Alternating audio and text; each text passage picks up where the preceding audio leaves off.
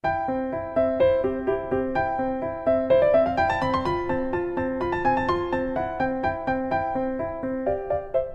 ওম and ওম ডায়েরিতে তোমাদের সবাইকে স্বাগত। আজকের ভিডিওর বিষয় যে শিশুদেরকে শীতকালে কলা দেওয়া যাবে কিনা এবং কলা দিলে শিশুদের ঠান্ডা লেগে যাবে কিনা। আজ এই বিষয় নিয়ে আমি তোমাদের সাথে আলোচনা করব।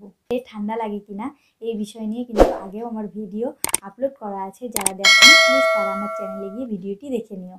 এবার বলি আমি যে কলা খেলে ঠান্ডা লাগে কিনা।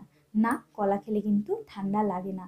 এটা আজ আমি তোমাদের সাথে ক্লিয়ার করে দিলাম যে কলা খেলে শিশুদের ঠান্ডা লাগে না। সেটা শীত গরম যে কোনো সময় হোক, কলা খেলে ঠান্ডা লাগে না। কিন্তু যেসব শিশুদের ঠান্ডা লেগে আছে বা ঠান্ডা লাগার ধাত আছে, তাদের কিন্তু ঠান্ডা লেগে যেতে পারে।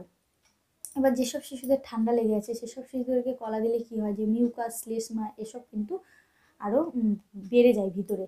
আমরা তো বড়রা সেটা কেসে ঝেড়ে ফেলে দিই, কিন্তু বাচ্চারা তো সেটা পারে না, ওদের অসুবিধা হয়। তাই যেসব শিশুদের ঠান্ডা লাগার ধাত আছে আমি বলবো তোমরা তাদের কলাটা অ্যাভয়েড করবে। এবং শীতকালে শিশুদেরকে কলা দিলেও কিন্তু ঠান্ডা লাগে না। এবার যাদের ফুড অ্যালার্জি আছে, কলা খেলে ঠান্ডা লেগে যায়, আমি তো বলছি তাদেরকে কলাটা তোমরা দিবে না। এবার শীতের সময় তোমরা অনেক ধরনের শীতে অনেক রকমের ফল, সিজনাল ফল পাওয়া যায়, তোমরা সেই ফল কিন্তু শিশুদেরকে দিতে পারো। কলাই খেতে হবে তেমন কোনো ব্যাপার না, ও কলার বদলে অন্য কোনো ফল আছে সেসব দিয়ে দিও।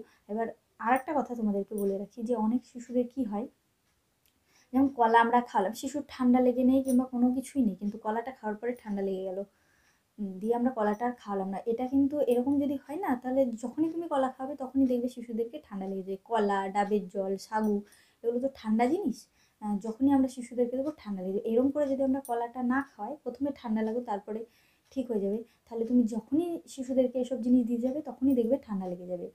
যখন খাবে কলাটা ঠান্ডা লেগে যাবে, একটু দেখবে কয়েকদিন যে ঠান্ডাটা ঠিক হচ্ছে কিনা। এইভাবে যদি তোমরা না খাও তাহলে কিন্তু পরবর্তীতে শিশুদের যখনই তোমরা কলা হোক, ডাবের জল হোক, আরও যেসব ঠান্ডা জাতীয় অনেক রকমের ফল আছে সেই ফল খাওয়ালেও কিন্তু ঠান্ডা লেগে যেতে পারে।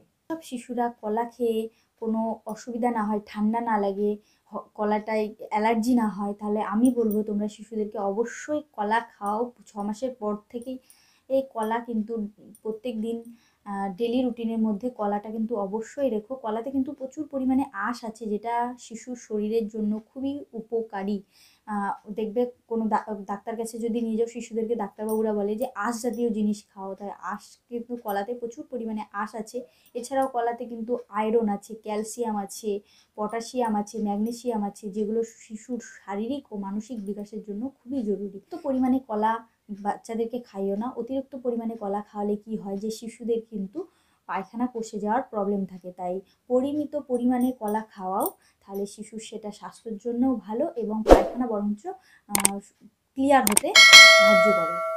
আশা করি আমার ভিডিওটি তোমাদের ভালো লাগলো। যদি ভালো লাগে তাহলে লাইক করবে, চ্যানেলটিকে অবশ্যই সাবস্ক্রাইব করবে।